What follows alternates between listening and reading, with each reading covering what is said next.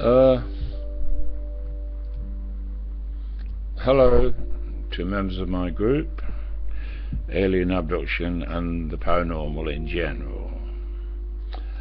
New member Stuart does tarot card readings, and welcome Stuart and the rest of you.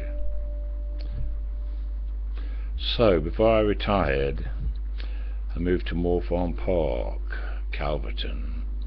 If you look up Calverton on Google, it's a very haunted area. There is a hill that Pakistani taxi drivers won't go down after midnight. Well, they won't use it after midnight because it's so far down and the trees overhang and there's a lot of bends, and the white lady has often been seen in the back of the cars, and of course the taxi drivers squeal when they see the white lady sat there.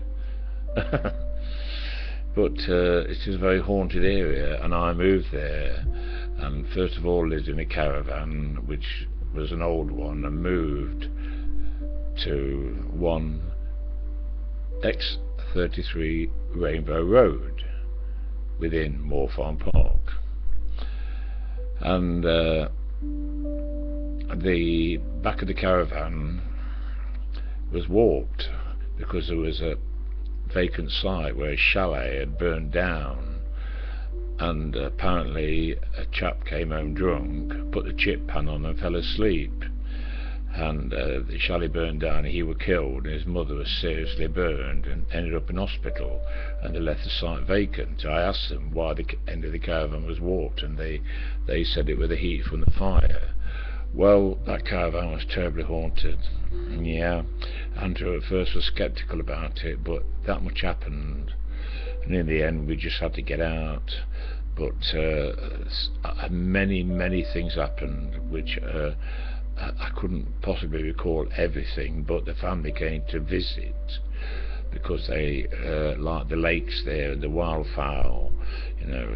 Ducks have got little babies, and the coots and the swans, the Canadian geese. And I was telling the family about some of these events. Andrew was there, and my ex-wife Christine, and her second son Richie. And these caravans in the lounge area, they've got like a shelf, had all the cassette tapes up there, and had a little photograph that was standing back, and it was behind a raised edge.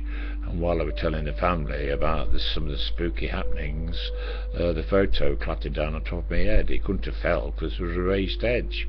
It jumped, and of course it was only a small thing. And they said, "Oh dear, how did that fall off there?" I said, "Well, you tell me."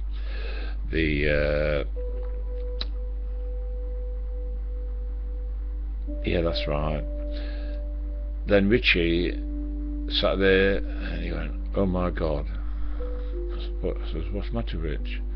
And he'd been looking in the kitchen, and he saw the tea caddy slide up to the edge, and it dropped off, scattering tea bags everywhere. And there was no one in the kitchen. He said, "I actually saw it slide." And they visited on a separate occasion. One Sunday morning, it was raining, there was no wind whatsoever, and the door was open, and my ex-wife sat near the door because she was smoking, flicking her ash, and I went up to pay my rent, and I mentioned it at reception, and the cleaner's wife up there said, "Absolute rubbish, I never heard such nonsense." And I said, "Well, there's strange things going off there." And I got back, and Christine and Richie and Andrew says, "You won't believe what's happened." There was no wind at all, and Christine sat there smoking. All of a sudden the door of the caravan just slammed to. Bang! It shut the whole of the caravan, as though someone had walked past and slammed the door to. And she said, I'm going to stop coming over here." And the postman, my surname's Dale, and the young chap in the next caravan, his name was Dale, and I went around seeing one night. I said, "Postman's left me one of your letters again, mate." And I said, have you noticed anything spooky in here? He says, yeah, I have actually. He said, I was in bed one night and the quilt was whipped off me, because you know the caravan's the bedroom at the end. He says, for no apparent reason, the quilt was like pulled off me, and he said, I put it down to my father who passed away recently. Then of course Andrew was sceptical. Well, I was doing day work then, and when I went to work in the morning, he used to sleep on the bench seats at the front of the caravan. As soon as I went to work, he got in my double bed. Because he weren't working, the idle sod would have then lay there till about midday. He got his own car, and one morning, mid-morning, about 10:30, he felt the caravan move, because you know, when people walk in the caravans, you get movement. And he opened his eyes and looked up, and a man stood there looking down at him. You could see his top half, he got a t-shirt on, and the man just faded away. And I got home, he said, I might have to change my opinion, Dad, after what I'd just seen. And then my daughter wanted me to tape, at that time, put Enya, the Irish girl singer, on cassette for her, which I did. You know, I could part a tape of the best of Enya on a cassette, and I put it in the middle of the double bed after I got up and made the bed, and I put the cassette in the middle of the bed. And then I said to Andrew, right, let's go and see Anne. I said, oh, hang on, I'll get that cassette. And I went in the bedroom. I put it in the middle of the bed, it weren't there. I said, Andrew, have you had that? Have you picked up that tape? Enya? He said, I can't stand bloody Enya. And he came in the bedroom. I said, look, I put it in the middle of the bed. It's not there now. Have you moved it? He said, no. So I went out, and before I locked the door, I said, look, it took me a long time to do that tape. I said, I'm most annoyed about it. I'm just going to go back and have one last look. I went to the bedroom, and there it was in the middle of the bed. I shouted him in. I said, Andrew, come in here. What now? I said, come in here. I said, look, it's there, look. He says, oh my God, what's happening, Dad? And then he got a job. I thought, wonderful. This particular Sunday morning, he got a bit, now let me get the times right. He got a bit down the city, I think, for 7 o'clock. Was it? And I set my alarm clock in the bedroom for 4:45. I thought, that's right. Think of it's time to have some breakfast. And it went off at 4:45, and he was in the front lounge area, and I lit a cigarette up, and Andrew shouted, Dad, quick, it's 4:45. I said, hey? Quick, it's 4:45. I said, no, it's 4:45. He said, it's 4:46. And I went in the lounge area, and the digital tuner clock and the wall clock said 4:46. I said, no, it's 4:45 just gone, with my watch and my alarm clock. Well, we hadn't got mobile phones then, so he ran up to the reception area, phoned the operator. He came back. He said, by the time he got back, he said 5 to 5. The two clocks in the lounge area, the digital tuner clock and the wall clock, both moved forward 1 hour overnight. I thought, what next? And I then got him down the city, and he went off to do this job in London. I got back home on a Wednesday night, and he sat there watching the telly. And I said, what happened? He says, oh, crap job, couldn't stand it.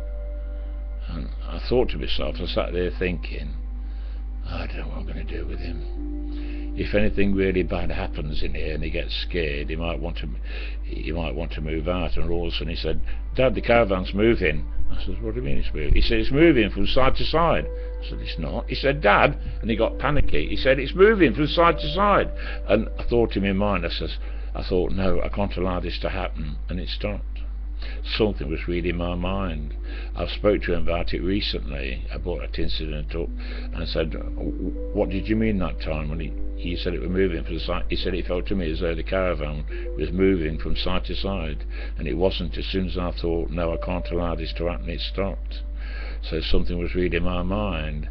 Then I lay on the bed once, listening to, I bought some new Sennheiser headphones, down in London. It cost me £100 at that time, was quite expensive, and I lay listening to some music, and the wall of course was very close to me, and a huge white orb appeared on the wall right in front of me, and then pop, the sound went off in one of the channels on the brand new headphones.